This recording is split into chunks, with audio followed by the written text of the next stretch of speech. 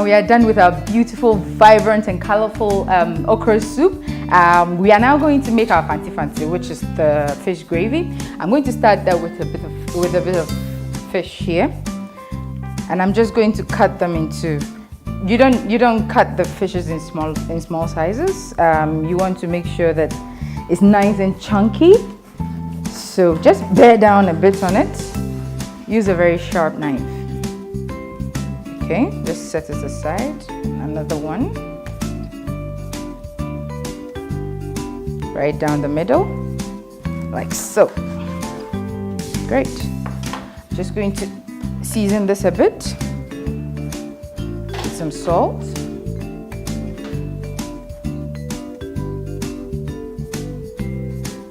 Just a little bit more. A little bit of my ginger, garlic, onion paste. This is fish. You need as much of this stuff as possible. Just coat it. Coat it very nicely on all sides. Make sure you get the insides. Okay. Just set it aside. Now I'm just going to bring this pan up here just to get it very nice and hot. I have some palm oil. Just going to set that here and I need to chop some onions for my. This is a good way to clean your chopping board when you're cooking. You don't have to stop every time to wash. You just scoop that on the side. As long as it's not, stuff you want to throw away. Just get some onion. Clean this. Like so.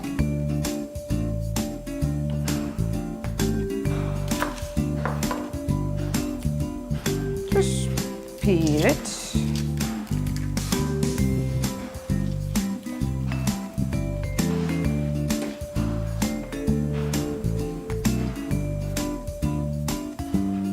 Okay, just clean this more. Just chop them finely.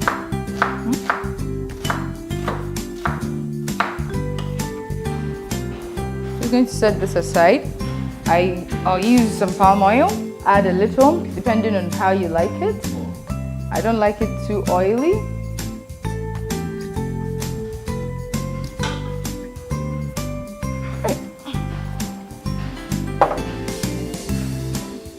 Going to leave it for a little while, about a minute.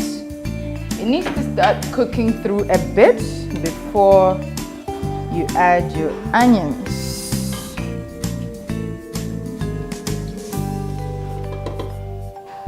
Like so. A little bit of our paste. Let me just leave it for a little while to simmer.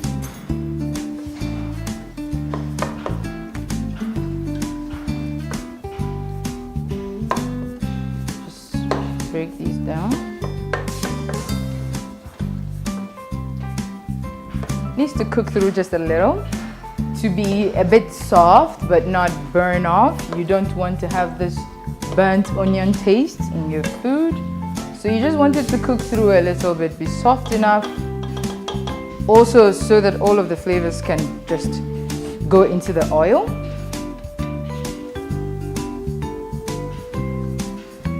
Going to get ready with my tomato puree.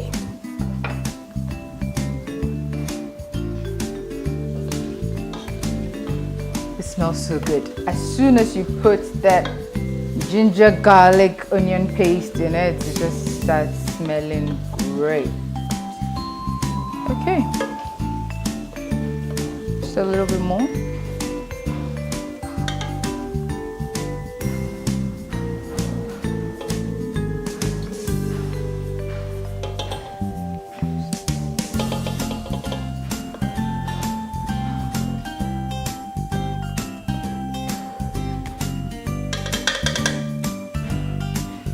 leave this to boil about 5 minutes, just for the moisture in the sauce to reduce down a little bit. Whilst we wait for that, I'm just going to, this is fish heads. When you go to buy fish, I don't like fish heads. What I do is I have them take the head off, and then I use it to make I use it to make fish stock.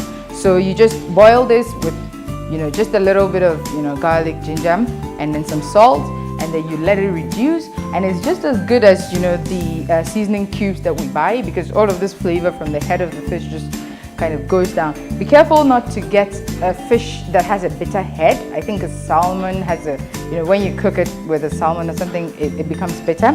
This is cassava fish that I used a while back, so I just let them dice up the head for me very nicely, and I'm just going to use this for my stock.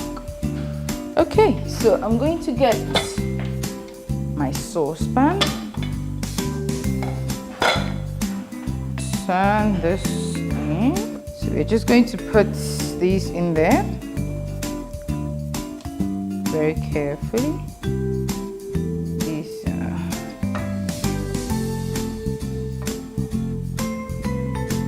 Okay.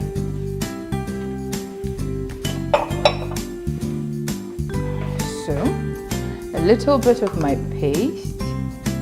This is fish head, so you do want to season it properly. A little bit of this, a little bit of salt,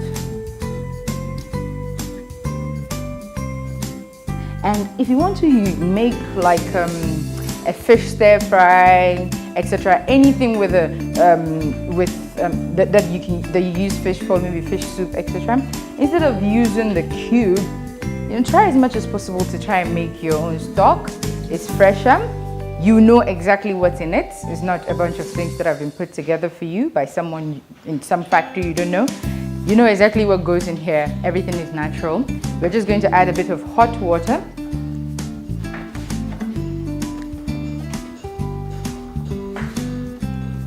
Like so. To cover the fish. Make sure you cover it properly. Don't worry about the stock, it's going to reduce because it's going to be boiling for a while. I'm going to move this here and set it there. On high heat for about 20 minutes. It's going to cook, it's going to come down. I'm going to take out the fish, and I'm just going to let the stock reduce so that it can be thicker, so that you can store it. You can put it in a container, in a jar, put it in your fridge. Every time you're making something, you just need a little bit more flavor. Say you don't have like fish powder or shrimp powder, just use that. It's just the same. So we're going to check on our tomato sauce to see how it's doing. This is cooking down nicely. That's our tomato sauce. Just going to add a little bit of fish spice. I don't need too much since I'm adding the fish stock from the fish stock that I'm making. I'm going to add the water from that to this sauce. I'm going to add 1 teaspoon of freshly grounded pepper. Going to stir. Smells good, looks good. Our fish stock should be ready by now. Looks very nice. We're just going to scoop a bit of it in here.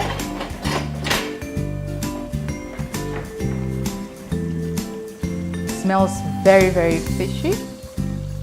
Just scoop a bit of it in there.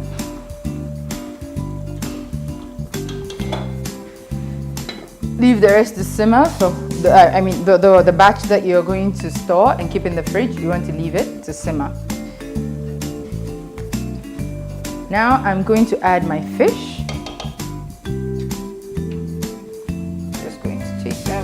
So lay them out.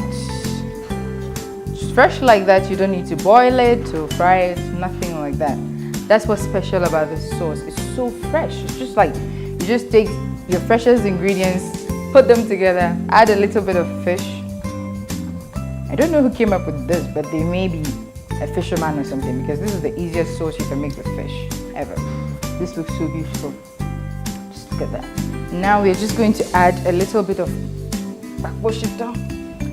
Just for people who don't know pakoshito, these are like the really small green peppers.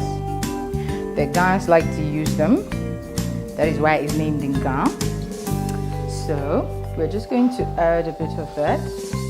If you want more pepper, you know, because you're going to be using it to eat banku, if you think you want it to be much hotter, you can always add a bit more. I like pepper. I recommend the 1 teaspoon for people who are not very, whose palates are not very good with pepper. But I added 2 because I like pepper very much. Okay, so I'm just going to leave it for a while. Cover it. A few minutes, it simmers and is ready to go.